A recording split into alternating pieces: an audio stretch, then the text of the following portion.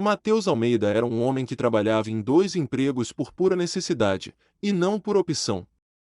Durante o dia, ele era um motorista de aplicativo, enfrentando o trânsito caótico de São Paulo, o que o tornou mestre em atalhos e em decifrar o humor dos passageiros pelo retrovisor. À noite, sua rotina mudava completamente, pois ele se transformava em um mixologista em um bar sofisticado nos Jardins. Ele aplicava o mesmo cuidado que um dia teve com prontuários de pacientes, já que a mudança de médico para motorista não foi algo planejado, mas sim um acontecimento violento e repentino, como o acidente de 2 anos atrás que o fez perder tudo. Sua filha, agora com 6 anos, vivia em um mundo que ficava mais silencioso a cada dia. A perda auditiva de Emma começou de forma sutil e, sem uma cirurgia que precisava acontecer em 2 semanas, a surdez se tornaria permanente. Cada real que Mateus ganhava, cada turno duplo exaustivo e cada momento de sono roubado eram destinados às contas médicas que o plano de saúde não cobria totalmente. A história de Vitória Fonseca, por outro lado, seguia em direção oposta à de Mateus. Aos 30 anos, ela era uma CEO de uma empresa de investimento em tecnologia, gerenciando milhões de reais com uma simples assinatura. Ela se isolou por trás de uma parede de competência e frieza Fonseca, construída com as duras lições de uma infância em orfanatos, onde o afeto vinha com condições e a confiança era um luxo inacessível. As salas de reunião onde ela presidia se tornaram seu reino, e os relatórios trimestrais, seus guias. Ela confiava nos números porque, para ela, eles nunca mentiam, traíam ou desapareciam no meio da noite, deixando apenas um bilhete. No entanto, naquela noite, os números a haviam traído. Seu CFO, a quem ela confiava e considerava seu único amigo no mundo corporativo, foi flagrado em um restaurante de luxo na Faria Lima, entregando documentos confidenciais a um concorrente. A traição foi mais dolorosa do que qualquer abandono na infância, pois dessa vez, a decisão de confiar foi dela. Ela pensou que era inteligente o suficiente para não cair em uma cilada dessas. O bar na cobertura parecia o lugar ideal para afogar as mágoas em doses de uísque caro e rostos anônimos. Mateus anotou atrás do balcão, não por reconhecê-la das revistas de negócios, mas porque ele sabia identificar a fragilidade de alguém à beira do colapso. Suas chaves, ele disse calmamente, quando ela tentou sair do bar, se esforçando para não cambalear. Sou perfeitamente capaz de dirigir para casa. As palavras de Vitória saíram de forma dura, mas vazias. Tenho certeza de que você é capaz de muitas coisas. Mas dirigir hoje não é uma delas. Algo no tom de Mateus, sem arrogância nem pena, apenas factual, a fez parar. Ela o encarou de verdade pela primeira vez, notando os cabelos grisalhos e a precisão de seus movimentos, algo estranho para um simples bartender. Tudo bem, você dirige então, ela disse. Imagino que saiba fazer isso sem fazer perguntas. Mateus concordou e se preparou para sair, sabendo que perderia gorjetas por ir embora mais cedo, mas a angústia controlada daquela mulher parecia familiar para ele. Era a mesma expressão que ele já tinha visto em seu próprio reflexo no espelho do banheiro de um hospital, tentando se manter firme com força de vontade e água com cheiro de sabonete. O carro dela era exatamente o que ele esperava, um Tesla preto, elegante e silencioso como uma sombra. Ela passou o endereço sem olhar para ele, encolhendo-se contra a janela do passageiro. As luzes da cidade passavam rapidamente. Você já desejou poder simplesmente desaparecer? A pergunta veio tão baixa que ele quase não ouviu. Mateus pensou cuidadosamente em sua resposta enquanto virava uma esquina. Desaparecer é fácil. O difícil é ficar. Ela se virou para encará-lo, dessa vez vendo além do uniforme. Você parece alguém que já tentou os dois. Todos nós temos nossas histórias, Senhora Fonseca. Você sabe quem eu sou. Seu prédio tem o nome da sua empresa. É difícil não notar ao passar por lá. Ela riu, mas a risada era amarga como o café queimado. Claro, o nome no prédio. É só isso que as pessoas veem. A partir daí, eles seguiram em silêncio. Não um silêncio desconfortável, mas o silêncio que existe entre duas pessoas que entendem que, às vezes, as palavras são insuficientes para o que precisa ser dito. Quando chegaram ao prédio dela, um galpão reformado na Vila Madalena que provavelmente custava mais do que o salário de muitas pessoas, ela hesitou antes de sair. Obrigada, ela disse, e o significado disso ia muito além da simples carona. Mateus a observou até ela entrar em segurança, pensando que aquele seria o fim da história. Mas na manhã seguinte, seu telefone tocou com um número desconhecido. Senhor Almeida, aqui é a assistente de Vitória Fonseca. A senhora Fonseca gostaria de se encontrar com você para uma proposta de negócio.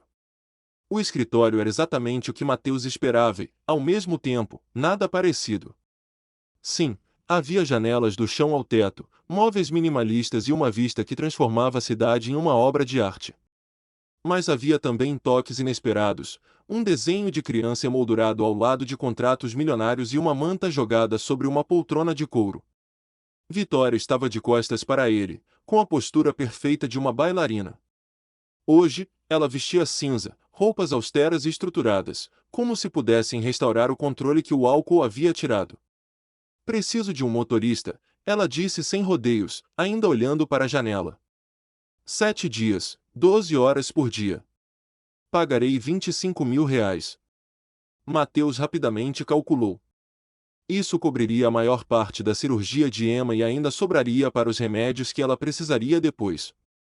Mas a oferta parecia boa demais para ser apenas uma simples carona. Por que eu? Ela se virou e ele viu que a vulnerabilidade da noite anterior havia sido cuidadosamente guardada, substituída por algo mais rígido, mas também mais frágil, como gelo sobre águas profundas. Por que você não se aproveitou da situação quando teve a chance? Por que não fez perguntas quando precisei de silêncio? E por que preciso de alguém em quem possa confiar para o que vem a seguir? Descobrir quem mais na minha empresa está me traindo e vendendo minhas informações para a concorrência. Mateus entendeu. Ela não precisava só de um motorista. Precisava de uma testemunha. Tenho condições, ele disse. Ela ergueu a sobrancelha, o único sinal de surpresa que ela permitia a si mesma.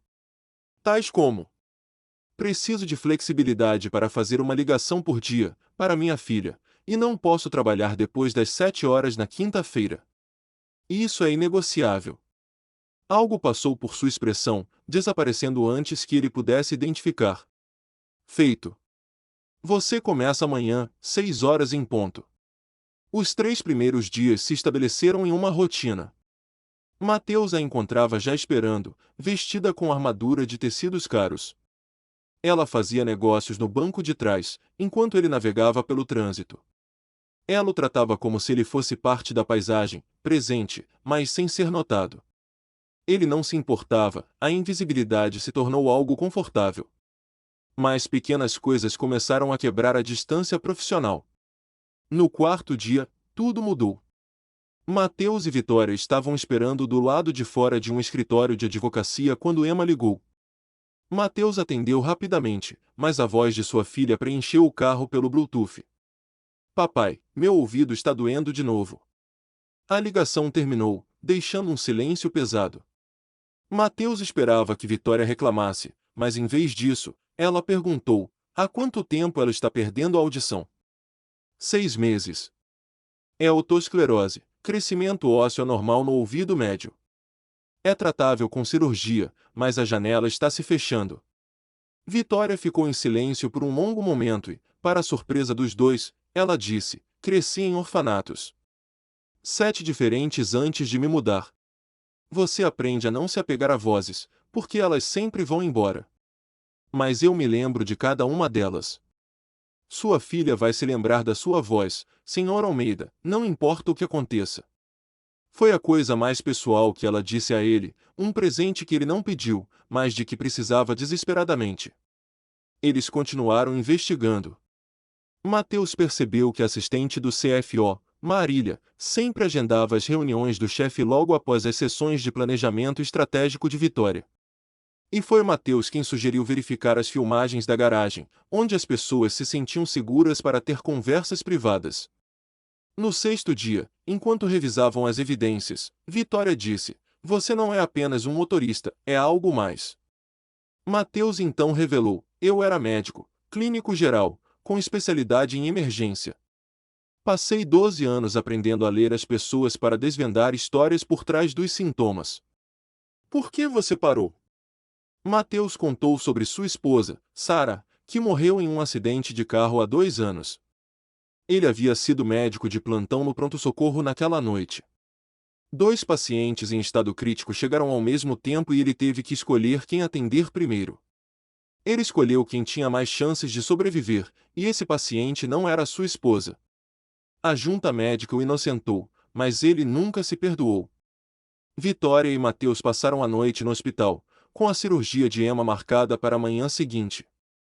Mateus estava na capela, um lugar que ele não entrava desde a morte de Sarah. Vitória o encontrou e se sentou ao seu lado. Eu acho que o luto e a gratidão podem coexistir no mesmo espaço. A cirurgia foi um sucesso. Quando Emma acordou, a primeira coisa que ela fez foi pedir ao pai que contasse uma história. Mateus olhou para Vitória, que então começou a contar. A história era sobre uma mulher que construiu torres altas e frias porque tinha medo de deixar alguém entrar. Mas uma noite, um homem a ajudou a encontrar o caminho para casa, e ela aprendeu que deixar as pessoas entrarem não a tornava mais fraca, mas sim mais forte. Com o tempo, Mateus retornou à medicina, lecionando e atuando como consultor. E Vitória aprendeu a delegar e a confiar. Eles se viam em uma cafeteria 2 vezes por semana, e a pequena Emma frequentemente se juntava a eles, ensinando libras a Vitória, mesmo sem mais precisar dela. Eles não se casaram, nem fizeram grandes declarações de amor eterno. Mas no fim, eles aprenderam que o amor não é apenas uma paixão avassaladora, mas a escolha de se apoiar e se ajudar todos os dias. E assim termina nossa história. Se você se emocionou com a jornada de Mateus e Vitória, deixe seu like e inscreva-se no canal para mais histórias como essa. Queremos saber de onde você nos assiste, então deixe nos comentários o nome da sua cidade. A gente se vê no próximo vídeo, um abraço.